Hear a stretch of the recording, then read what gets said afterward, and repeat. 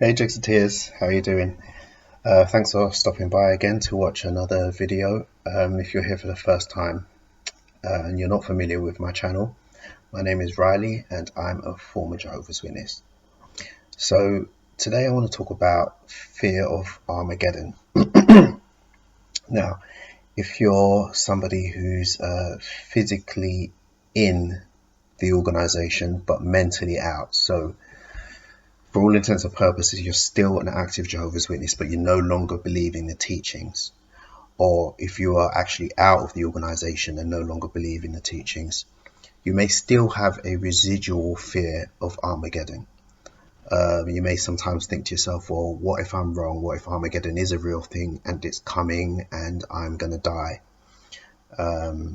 Or you may no longer believe in Armageddon at all, but every time there's a thunderstorm in the back of your mind, you're thinking, could this be Armageddon? Or every time there's an earthquake, or every time there's military conflict somewhere in the world. These are all real things that ex-Jehovah's Witnesses go through in their minds. And it may be, you may be experiencing this to such an extent that it's preventing you from moving forward with your life and, living a happy and fulfilled life. So I just want to talk about that today and share with you some of the things that I'm actively doing to overcome these feelings, because I have them too myself. And hopefully maybe some of these things may help you as well. So there's three things that I want to focus on. Firstly, and what in my view is the most important thing, is therapy. I think it's very, very important that you talk about these feelings with somebody, preferably somebody who's a qualified professional. I've recently been learning about religious trauma syndrome, which is basically like a form of PTSD. That's very real, something that a lot of people contend with, not just former Jehovah's Witnesses, but people from many different fundamentalist religions that have some kind of doomsday teaching. And it's something that can actually paralyze a person with fear. So I think it's important that you speak about this with somebody and try and get some help, that kind of help. I've been doing that myself, and it has been helping. In fact, the first time I saw the therapist that I'm currently seeing, it was around February of this year, when things started getting really bad with the coronavirus. I had nightmares every single night when COVID-19 started blowing up all over the world. I had nightmares, and I genuinely thought to myself, this is the start of the Great Tribulation, and Armageddon finally is literally around the corner. At this point, I still believed the majority of Jehovah's Witness teachings. I wasn't mentally out of the organization. I was physically out, but I was still mentally in. So yeah, I was scared. I was really, really scared. I was still determined never ever to go back to the religion. And I didn't suddenly think, oh, Armageddon's coming, what can I do now to save myself? I wasn't thinking that. I was checking jw.org every single day to see what updates there were. Maybe the governing body have told witnesses, yes, this is the Great Tribulation. I was checking for things like that. But not because I wanted to see if there was any way that I could save myself. If you're familiar with my channel, you know that I do this a lot. I always reference movies and scenes from movies. So one of my favorite movies, which in my opinion has the second best script of any movie ever, is a Spy Game, starring Robert Redford and Brad Pitt. So there's a scene right near the beginning of the movie when Robert Redford, who works for the CIA, is on his way into work, and there's a situation, and he calls a friend in MI6. I think he was in MI6. I can't remember. He's British anyway, so he calls this British guy and he's asking for information. And one of the best lines from the movie, well, there's a lot of really good lines in this movie. He said, if I'm going to walk into a I don't curse or swear, so I'm not going to say the word. But it says if I'm going to walk into an shit storm, I want to know which way the wind is blowing. And I thought that was such a good line. And that explains why I was checking the jw.org website, because I was thinking, okay, there's an shit storm coming now, so I want to know which way the wind is blowing. But again, not because I wanted to return to the organization, but I just wanted to be prepared for what might happen. Thankfully, since then, I no longer believe in the whole Armageddon thing, so that's taken a huge weight off my mind. But for a lot of you, that may not be the case. You may still have this fear. So yeah, my first tip is to talk to somebody about it, preferably a therapist. Okay, so my second piece of advice is research. Do your research on Armageddon itself, on the actual Armageddon teaching as taught by Jehovah's Witnesses. Research the Bible, research JW. No, actually, don't research JW.org. Read the Bible. There's only one scripture in the entire Bible that mentions Armageddon. It's Revelation 16:16, if I believe. Now, this is a tip that I learned from another YouTuber called Melissa Doherty, I think. And a lot of other ex-JW YouTubers say this as well. When you're reading a verse in the Bible, don't just read that verse in isolation. Read 10 verses before and 10 verses afterwards, so that you get the whole picture of what that passage of scripture is about. So read Revelation chapter 16. Read from verse 1 onwards, and you'll see that the picture painted there of Armageddon is very, very different from the picture painted by Watchtower publications. The idea of Armageddon as taught by Jehovah's Witnesses has no basis in scripture whatsoever. If you look for that picture that's painted in the scriptures, you will not find it. Now, that might sound, that might run contrary to what you think and what you feel. And for a long time it did for me as well, because even after my Jexit from the organization, even after that, I was still a JW apologist. I remember speaking to friends about my disfellowshipping and defending my own disfellowshipping. They were saying to me, oh, this is such a cruel practice, it's unloving.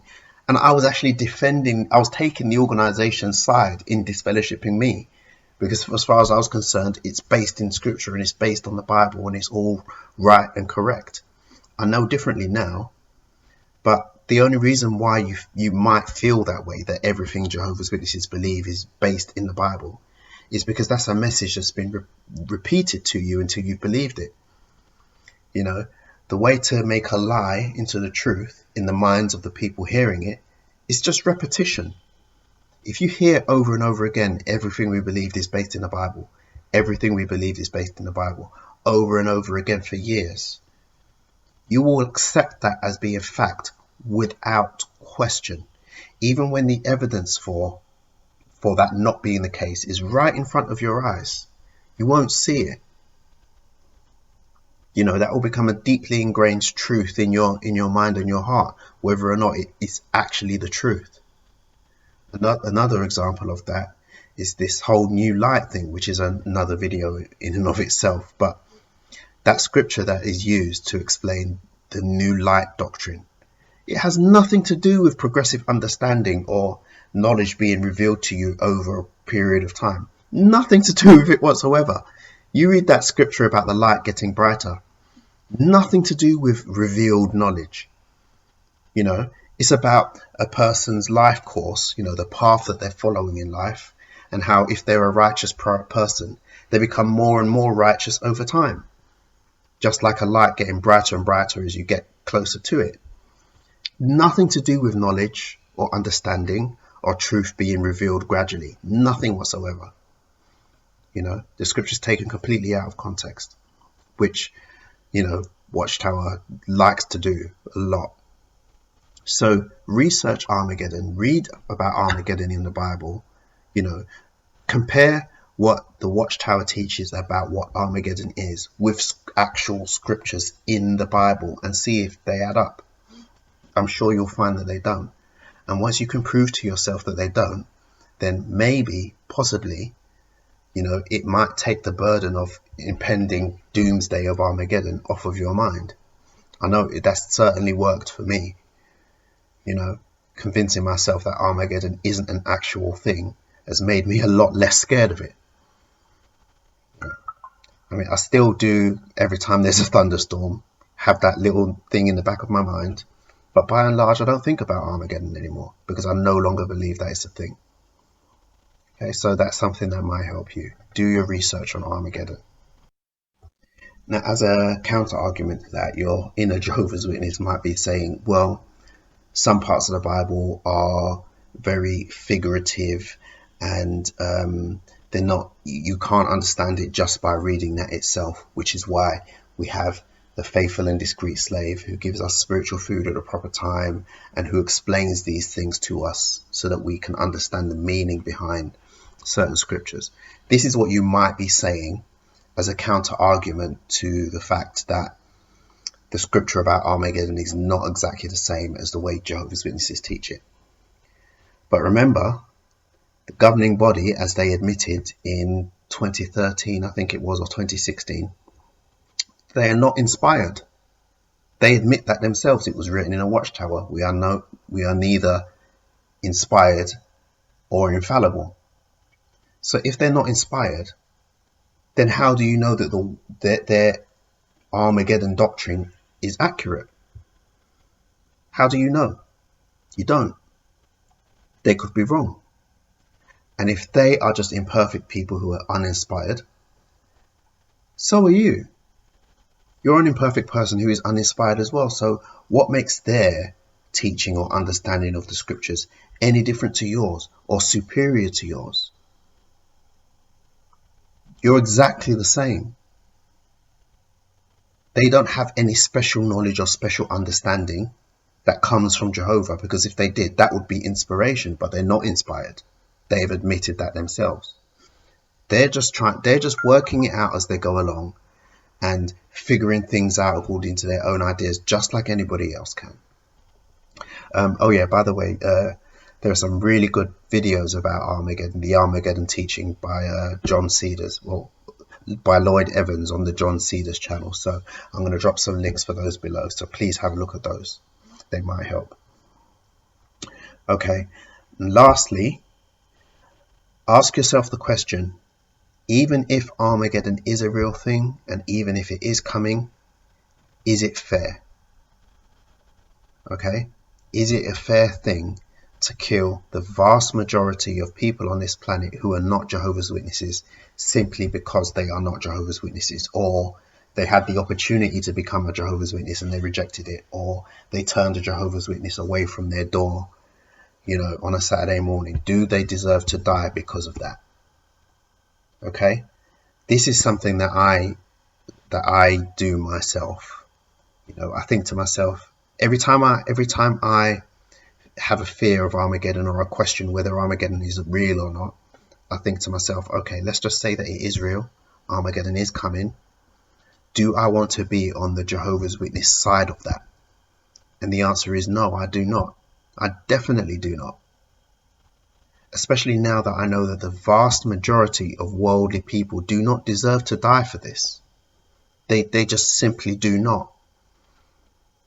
You know, that was one of the biggest doubts that I had soon after, you know, my Jexit from the organization, is meeting worldly people, having worldly friends, you know, having a worldly partner, and realizing that most worldly people do not fit the stereotype that the JW organization teaches.